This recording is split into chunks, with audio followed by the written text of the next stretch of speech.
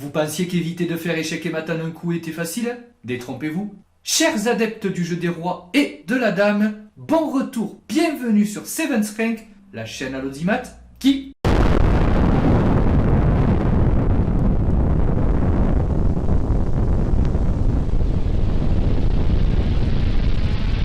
Chers amis, c'est un plaisir pour moi de vous retrouver à l'approche des traditionnelles fêtes de fin d'année. Et pour pimenter un peu le tout, sinon c'est pas drôle, je vous propose de vous pencher sur ce petit puzzle dont je n'ai nulle idée de l'identité de l'auteur. Pour autant, ce petit puzzle est ma foi sacrément créatif et je vais vous laisser en juger par vous-même en vous donnant la consigne suivante. Tous les échecs au roi ici font échec et mat. Tous, sauf un. Alors, saurez-vous trouver l'apparemment impossible non-échec et mat en un coup ? Je vous invite à mettre la vidéo sur pause, prenez votre temps pour chercher, bonne chance et à tout de suite.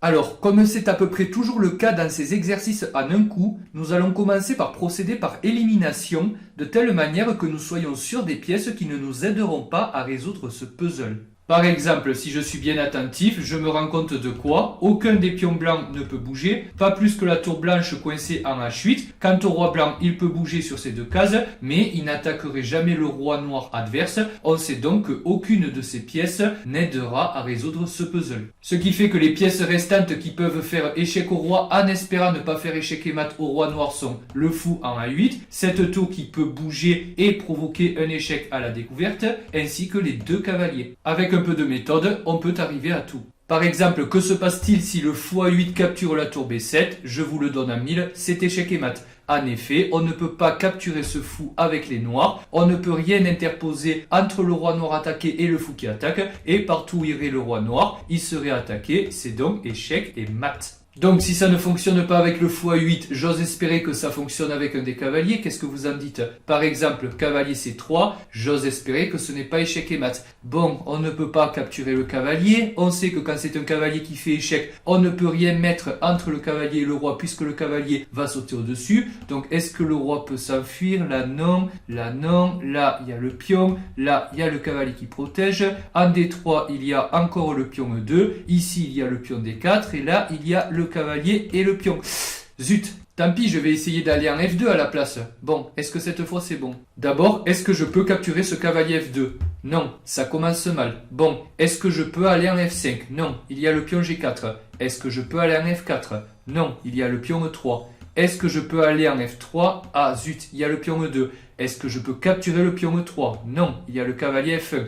Alors, est-ce que je peux aller en D3? Toujours pas, il y a le pion E2. Est-ce que je peux aller en D4? Non, il y a le pion E3. Et si j'essaie de m'enfuir par D5, il y a le pion C4. Mince!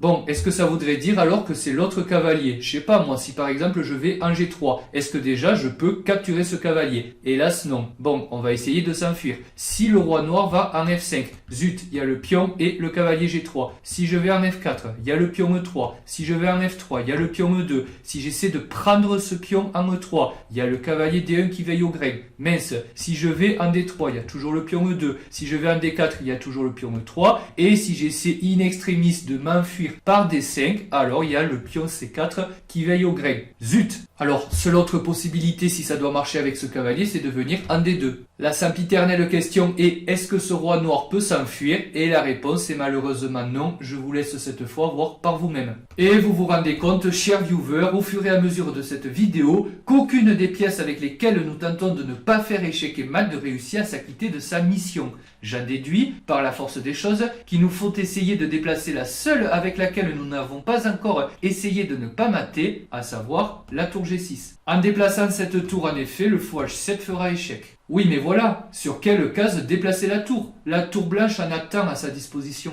Par exemple, si je choisis de capturer le pion G5, est-ce que c'est échec et mat? Hélas, oui. Le fou attaque le roi, est-ce qu'on peut le capturer? Oui, c'est bon. Ah non, malheureusement, il y a le clouage sur la tour. Ah, ça ne va pas. Bon, est-ce que maintenant on peut interposer quelqu'un entre le fou blanc qui attaque le roi noir et ce roi noir attaqué? La réponse est non. Et si le roi essaie de s'enfuir, c'est toujours la même histoire, vous le voyez, il n'a aucune case de fuite à sa disposition, c'est échec et mat. Alors je ne vais pas faire toutes les cases de la tour, sinon la vidéo va être trop longue et trop répétitive, mais je pense vous avoir donné un petit indice, ce fou va venir mater. On voit que ce roi noir n'a aucune case sur laquelle aller. Il va donc falloir soit interposer quelque chose entre le roi noir et le fou blanc, mais on voit que c'est impossible, soit capturer le fou. Ça, on a compris que c'était faisable. Seul bémol, il y a l'autre fou en A8 de l'autre côté qui empêche la tour de bouger. Ma question c'est comment libérer cette tour? Mettez la vidéo sur pause et à tout de suite.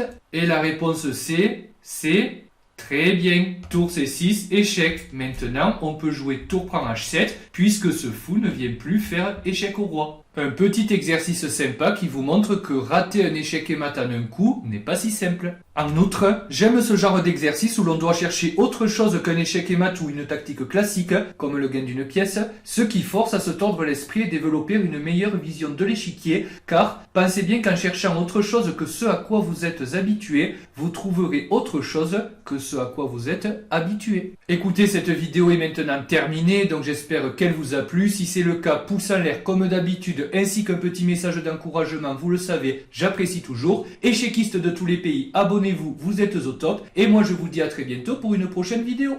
Salut!